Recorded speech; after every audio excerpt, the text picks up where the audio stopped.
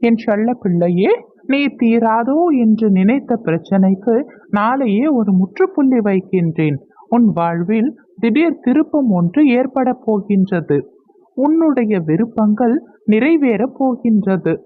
நீ எது உன் வாழ்வில் நடக்க வேண்டும் என்று நீண்ட நாட்களாக காத்து கொண்டிருந்தாயோ அவை அப்படியே நடக்கப் போகின்றது. நீ கடந்த காலத்தில் நடந்த விஷயங்களை நினைத்து கவலைப்படக்கூடாது தங்கமே. எதிர்காலத்தில் நடக்கும் விஷயங்களை பற்றி யோசிக்கவும் கூடாது. நிகழ்காலமே உன் கைகளில் இருக்கின்றது. லட்சியத்தை அடைய விரும்புபவன் நிகழ்காலத்தில் மட்டுமே வாழ்வான். பந்த பாசமே துன்பத்திற்கு காரணம். ஒருவன் நிம்மதியாக வாழ வேண்டுமானால் பற்றற்ற நிலையில் இருக்க வேண்டும். எவன் எதிர்காலத்தை சந்திக்க தயாராக இருக்கின்றானோ, கிடைக்கும் சந்தர்ப்பத்தை சரியாக பயன்படுத்திக் கொள்கின்றானோ, அவன் எப்பொழுதுமே மகிழ்ச்சியாக இருப்பான். வெறும் அதிர்ஷ்டத்தை நம்புபவன் அழிந்துதான் போவான்.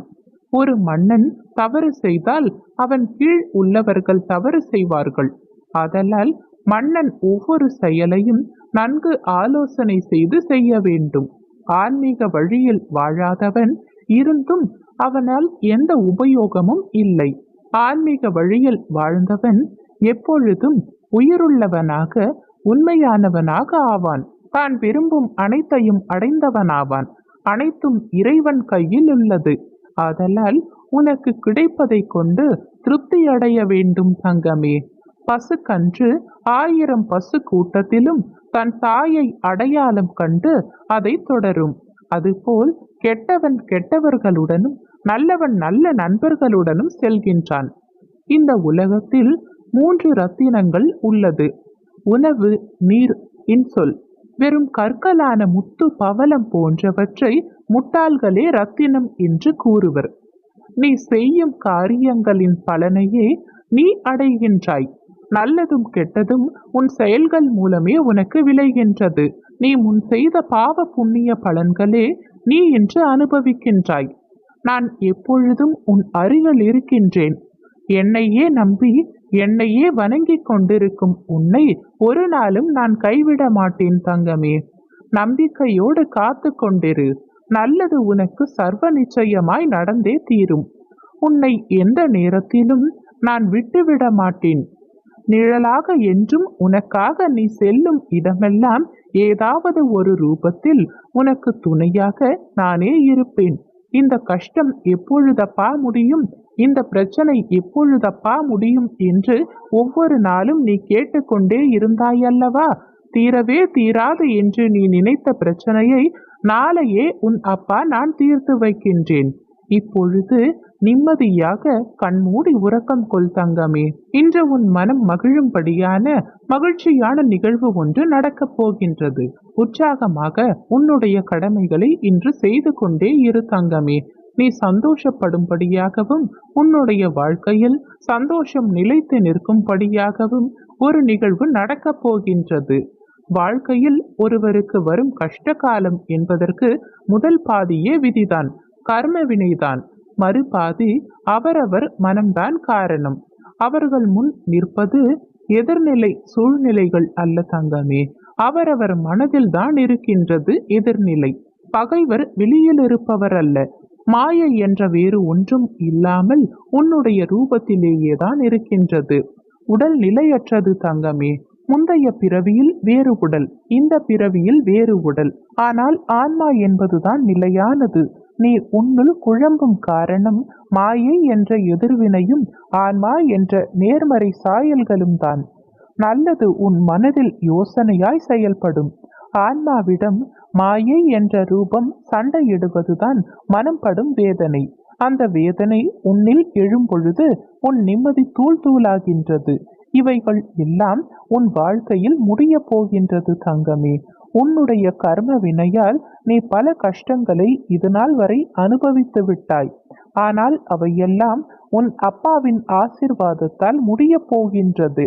எப்படி முடிய போகின்றது என்றுதானே கேட்கின்றாய் என் தங்கமே. உன்னுடைய கர்மவினை முடிய போவதினால்தான் இப்பதிவு உன் கண்ணில் பட்டிருக்கின்றது. சூரியனின் வெளிச்சம் பட்டு அகண்டம் எப்படி ஜொலிக்குமோ அதே போல என்னுடைய பேரொளி பட்டு நீ ஜொலிக்கப் போகின்றாய். உன் வாழ்க்கை ஜொலிக்கப் போகின்றது. உன் மனம் நிம்மதி சந்தோஷம் என வாழப் போகின்றாய். வெற்றிகரமாக எல்லா எதிர்மறை சூழ்நிலைகளிலிருந்தும் நீ வென்று வந்துவிட்டாய். இனி எல்லாமே உனக்கு நல்லதாகவே நடக்கப் போகின்றது. உன் மனம், எண்ணங்கள், செயல்கள், பாதைகள் அனைத்தும் நல்லதாகவே என் சாயலிலிருந்து அமையும். நீ என்னை மனதார ஒரு முறை நினைத்தால் மறுகணமே நான் உனக்கு காட்சியளிப்பேன். நீ எங்கே இருந்தாலும் அங்கே என்னுடைய ரூபம் உனது கண்ணில் தெரியும். ஏதாவது ஒரு ரூபத்தில் நான் உன் அருகிலேயே இருந்து கொண்டு உனக்கான வழிகளை காண்பித்து கொண்டே இருப்பேன் தங்கமே. நீ படும் வேதனைகளிலிருந்தும் நீ படும் கஷ்டங்களிலிருந்தும் முழுவதுமாக விடுதலை பெற்றுவிட்டாய். இனி நீ எடுத்து வைக்கும் ஒவ்வொரு அடிகளிலும் வெற்றி காண்பாய். இனி நடக்கப் போகும் அனைத்தும் உனது நன்மைக்காக மட்டுமே நடக்கும். உனது கஷ்டமான வாழ்க்கை மாற வேண்டும் என்றுதானே நீ என்னிடம் வந்தாய். என்னை நம்பி வந்த உன்னை நான் எப்படி கைவிடுவேன் தங்கமே? ஒரு நாளும் விடமாட்டேன். நீ நினைத்ததை நினைத்தபடியே நான் நடத்தி காட்டுகின்றேன். உனக்கான வாழ்வில் முடியும் முடியும் என்று சொல்லிக்கொண்டே போராடிக்கொண்டே இரு தங்கமே. நிச்சயமாக நீ ஜெயிப்பாய். எல்லாம் நல்லபடியாய் நடந்து மங்களம் உன் வாழ்வில் அரங்கேறப் போகின்றது. நிம்மதியான வாழ்க்கையை நீ பெறப்போகின்றாய். நானே உனது பலமாக இருப்பேன். நானே உனக்கு எல்லா சூழ்நிலைகளிலும் ஆதரவாக இருப்பேன். இதை மட்டும் நன்றாக நினைவில் வைத்துக்கொள் தங்கமே. நீ துன்புற ஒரு பொழுதும் நான் அனுமதிக்க மாட்டேன். உன்னுடைய நலன்களை என்றும் கவனமாக பார்த்துக்கொள். நான் அதனை பார்த்து கொள்வேன். உன்னை விட்டு சென்றவற்றை நினைத்து மட்டும் நீ ஒருபோதும் கலங்காதே, வருத்தமடையாதே. இழந்ததை மீட்டு உன்னிடமே நான் ஒப்படைப்பேன். உனக்கான அழகான நிம்மதியான நிகழ்வு ஒன்று இன்று நடைபெறப் போகின்றது.